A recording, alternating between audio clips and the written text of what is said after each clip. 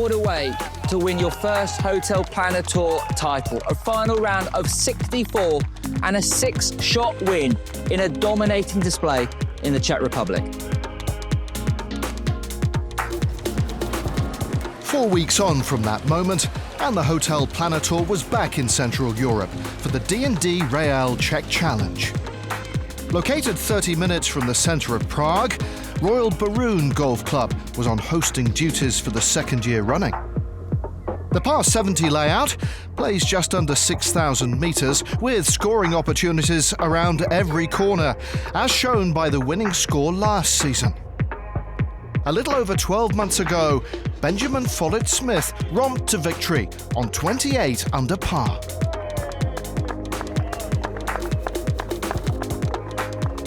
And making a return to the country in which he won his maiden professional title is American Palmer Jackson.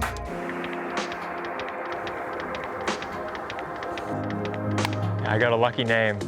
My dad grew up playing baseball, but he loved golfing through college, and I'm from 40 minutes from where Arnold Palmer grew up, and Arnold Palmer was my dad's favorite player, and he suggested the name to my mom, and she said, okay, I like it, it's unique. So they ran with it, and I guess I'm pretty lucky.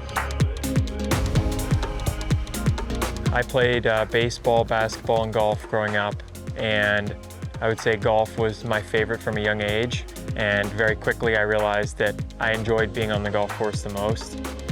From the time I was playing with plastic clubs and foam golf balls to going out on my own to driving myself to the course, it's always been a love of mine.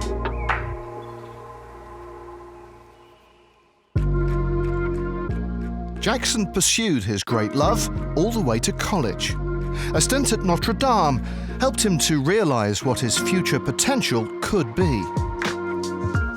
Once I had some early success in college, I realized that I was one of the better players, and I played in a couple PGA Tour events during college and realized that those guys aren't superhuman. They're not crazy. They're just really good at what they do because they've done it for a long time and they know what works for them.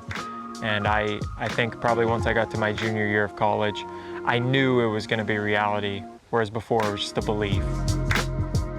Self-belief alone isn't enough to make the step up. Jackson had a clear plan in place to guarantee he would have professional playing privileges. He just wasn't sure which side of the Atlantic it would happen. I wanted to give myself the most opportunities I could out of college, and through advice from a lot of people that I trusted, they said, you gotta play both Q schools. You gotta play US Q school and you gotta play Europe. And fortunately, I had people backing me financially so that I was able to do that. And I got through final stage here. I made the cut, so I got full Challenge Tour, HotelPlanner Tour status, and I missed the second stage in the US. So at that point, it was a no-brainer coming to Europe this year.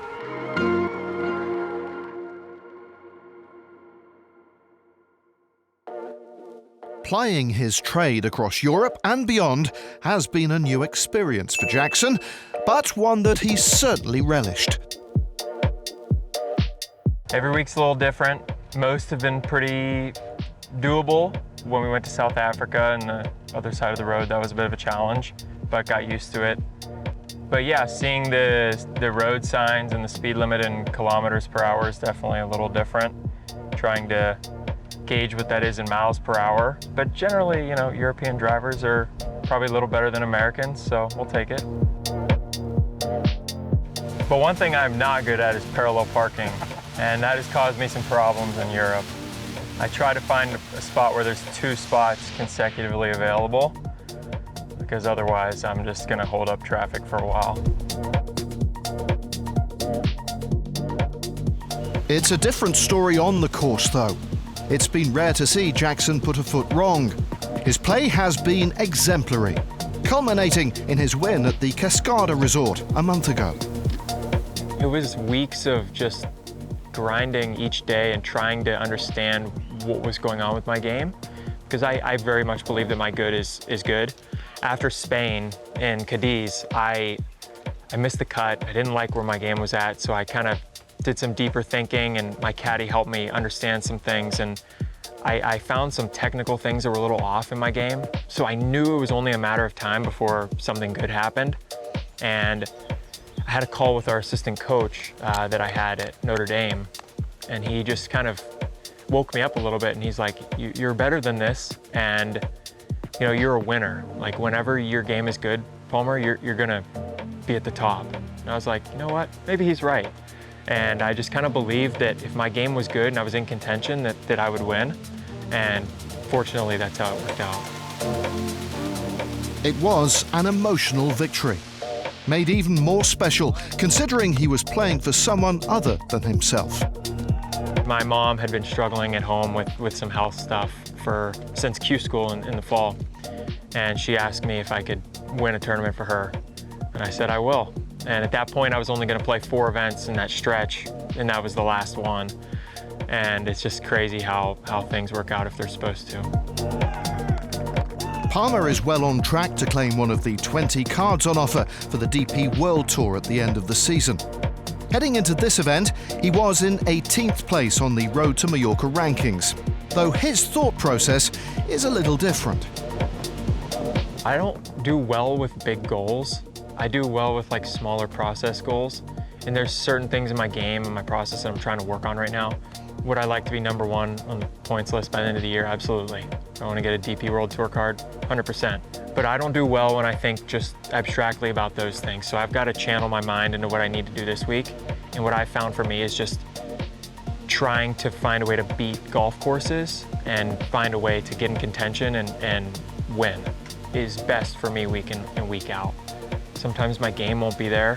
Most times it probably won't be there, but when it is, I want to make sure I have the mentality that, you know, I'm here to compete, and if I do those little things right, then the big picture things will take care of themselves.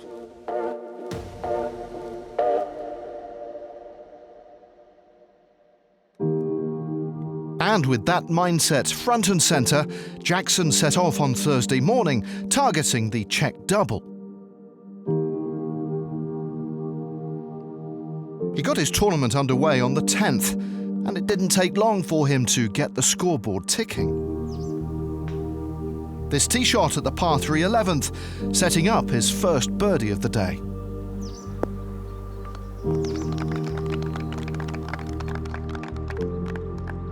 It wasn't all plain sailing, though. An errant tee shot led to a bogey at the 13th hole as he dropped back to level par. He was back on track soon enough, though, with this approach to the par 5 15th hole, a 5-wood to 3 feet.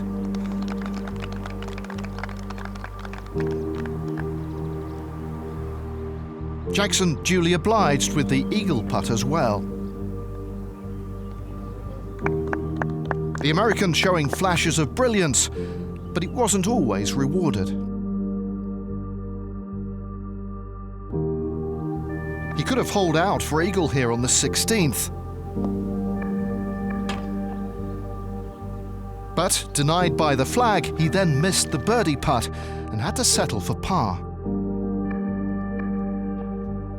Having turned in 2 under par, another birdie followed on the first, his 10th hole.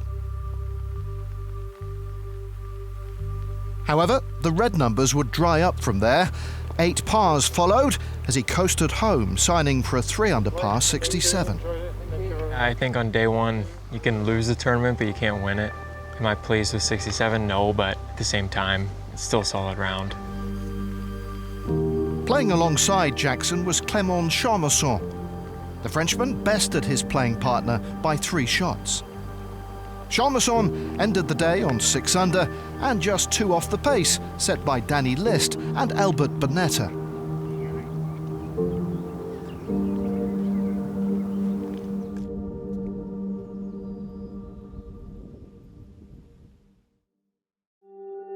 If Thursday had been a frustrating affair for Jackson, he did at least have plenty of time to regroup ahead of his second round. And on the tee, Mr. Palmer Jackson, USA. A much later start for the American, 10 past 1 off the first hole on Friday afternoon. It appeared as if he was on course for a better showing after a 2-putt birdie on the par 5 second hole. He followed that up with a fine tee shot on the 4th. The early signs promising, providing the flat stick continued to behave itself.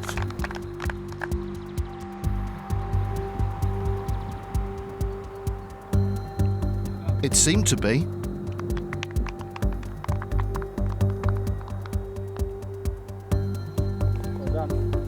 Another one dropped in on the fifth as he moved effortlessly to 3 under par. A bogey on the 7th was only a brief setback. He bounced back immediately with this monster putt on the 8th.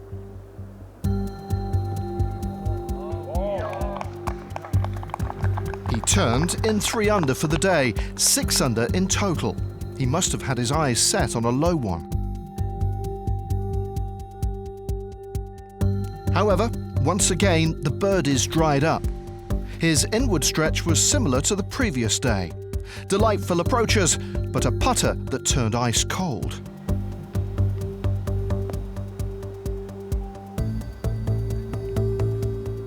Opportunities came,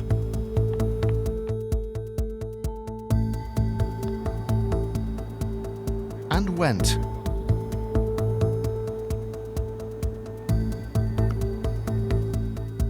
Bogey at 15 would be cancelled out at the very next hole. Jackson parred his way home then, signing for a second consecutive 67. Some good, some frustrating. The front 9 was nice to turn in 3 under. I felt like, made some good putts and birdied one of the tough par 3s. So I was pleased with that. And then the back 9 just kind of stalled a little bit. Didn't do anything overly poor, just a few kind of weird mistakes, and it'll happen. Jackson ensured he'd be around for the weekend and 8 shots off the pace, certainly not out of it. Albert Bonetta, meanwhile, had seized top spot. The Spaniard backed up his opening 62 with a 64 to hold a 1-shot advantage at the midway mark.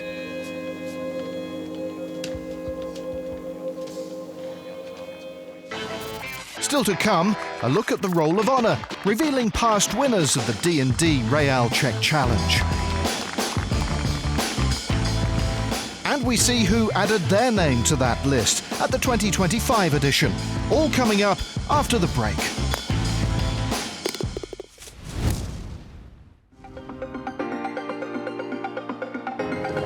Welcome back to the HotelPlanner Tour and our second visit to Czechia in the space of a few weeks.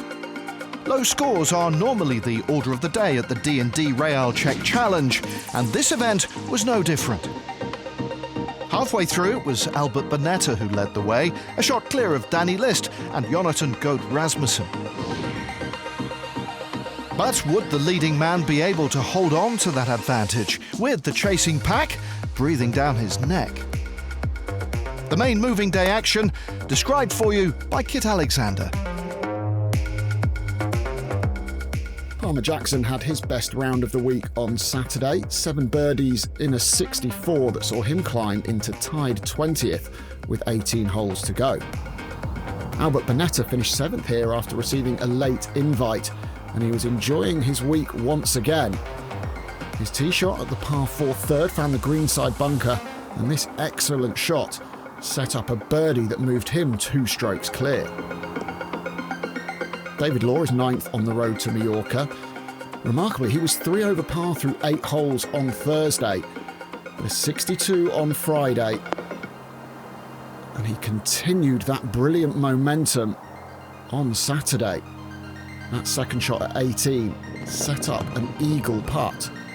He wouldn't convert, but the birdie would give him another 62, and he was bang in contention with 18 holes to go.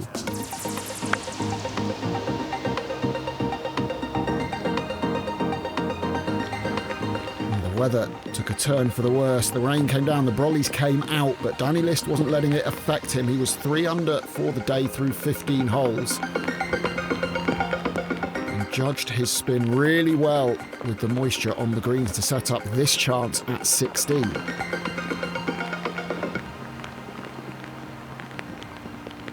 Bonetta turned in 3 under but made a double bogey on 12 to surrender the lead. He fought back well with 2 birdies to tie, and this birdie at 16 gave him the outright lead. albeit temporarily though, as List, his Australian playing partner, followed him in. So they were tied at the top with a couple of holes to go. List had just made a bogey on 17, so he was one behind again. And he had this aggressive shot into the par 5 finisher. List missed his eagle, but a straightforward birdie, and in comparison to Bonetta's par, that means they are again tied again at 17 under after 54 holes.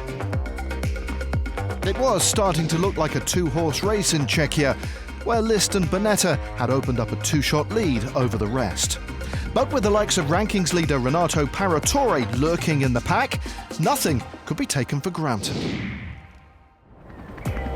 Since 2012, the D+D Real Czech Challenge has been a regular fixture on the HotelPlanner Tour schedule.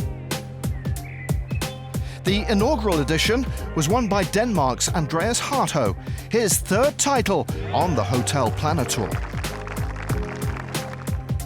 Julian Suri became the first non-European to lift the trophy when he triumphed in 2017.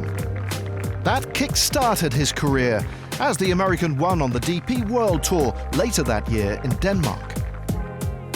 Ross McGowan finished runner-up in 2015 and went one better in 2019 with a 4-stroke win at Golf and Spa Connecticut Hora.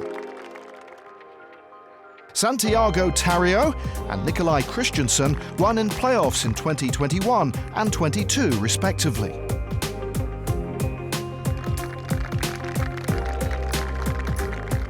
Andrea Pavan emerged victorious in 2023 en route to promotion to the DP World Tour. Last year, Benjamin Follett-Smith romped to a 5-stroke victory on a staggering 28 under par.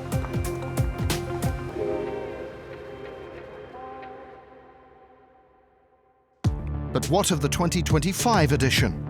With two tied at the top, would either Bonetta or List add their names to that roll of honour, or could somebody challenge from further back? Let's rejoin Kit to find out. Last week's winner, Max Steinlechner, began the day tied 26th, but he started with 5 birdies in a row to go out in 28, and that got him into a tie for the lead. Gave himself another opportunity to pick up a shot here at the 10th, but he would miss the birdie putt and drop a shot at 11. It was a solid start to the day for Danny List, 4 straight pars, then birdies on 5 and 7. He fired this beauty into the par 3 ninth and would make the birdie to go 1 clear at the top. Albert Bonetta just couldn't really get anything going with a couple of birdies and 1 bogey on the front 9. It will be a par here at 10, but he needed more with other players picking up shots and moving past him. Steinlechner, the road to Mallorca number 3, eagled 13 and birdied 15. This was his eagle effort at the final hole. Just shy of pace, but he would tap in for the closing birdie to shoot a spectacular 61 and post the clubhouse target at 20 under par. Could that be enough for back-to-back victories? Well, Danny List and the others still had plenty of holes to go.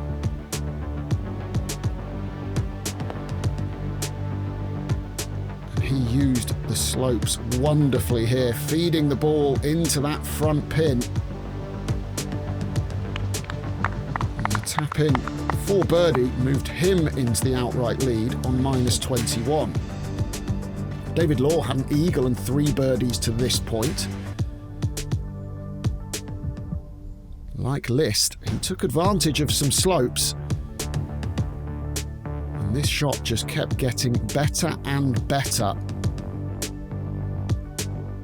He couldn't hold that for eagle, but the birdie, combined with a List bogey on 14, gave him the outright lead. The Scotsman made a par at 16, and he had this long birdie effort at the penultimate hole. It hit squarely in the centre of the flagstick, somehow didn't drop. And that would have been for a 2-shot advantage. Ryan Lumsden had quietly gone about his business on Sunday, 2 under at the turn, and 3 birdies in a row from 13 got him right in the mix. This was for birdie at the last to tie Law. It would just be a par, so he finished on -20 with Steinlechner, Jack Floyd and Victor Sidal Svensson. Danny List was 1 behind Law, had to make something happen, and he went for it on 18. Unfortunately, his ball would find the water and he would make a bogey to shoot a 68 and finish -19. It had been a pedestrian day for Bonetta. He was right where he started, still at -17 as he played the final hole. The win had gone, but still plenty of valuable ranking points up for grabs, and that was an excellent approach. With the others stuck on -20, Law knew a par at the last would be enough to secure the trophy, but he went 1 better with a birdie to complete a brilliant 63, ending on 22 under par. What a performance. A disappointing day for Bonetta, finished on a high as he converted the eagle putt to salvage a tied 6th finish, his 2nd top 6 of the season. Yes, it wasn't the final round the Spaniard or Australian wanted, the joint 54-hole leaders finishing tied 6th at 19 under. Instead, Law laid down unbeatable weekend rounds of 62 and 63, clinching a first title in 6 years. You know, I've not won a golf tournament since 2019. You know, so it's hard. Sorry. I've been a little up and down all year. You know, I've had some, you know, a few top 10s, a runner-up, and then I've missed quite a few cuts as well. But I've had big weeks, and you know, I've obviously out here to finish in the top 20. You need to do that. So it's been good.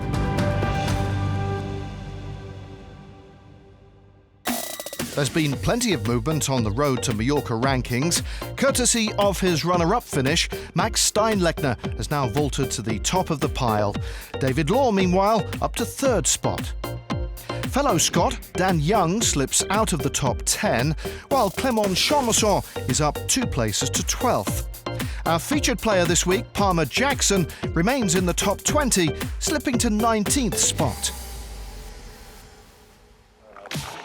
So David Law ruled the roost to bring down the curtain on our time in Czechia. Up next, the 2025 contenders head west for the German Challenge, powered by VCG. So join us next time when the pursuit of promotion to the DP World Tour continues.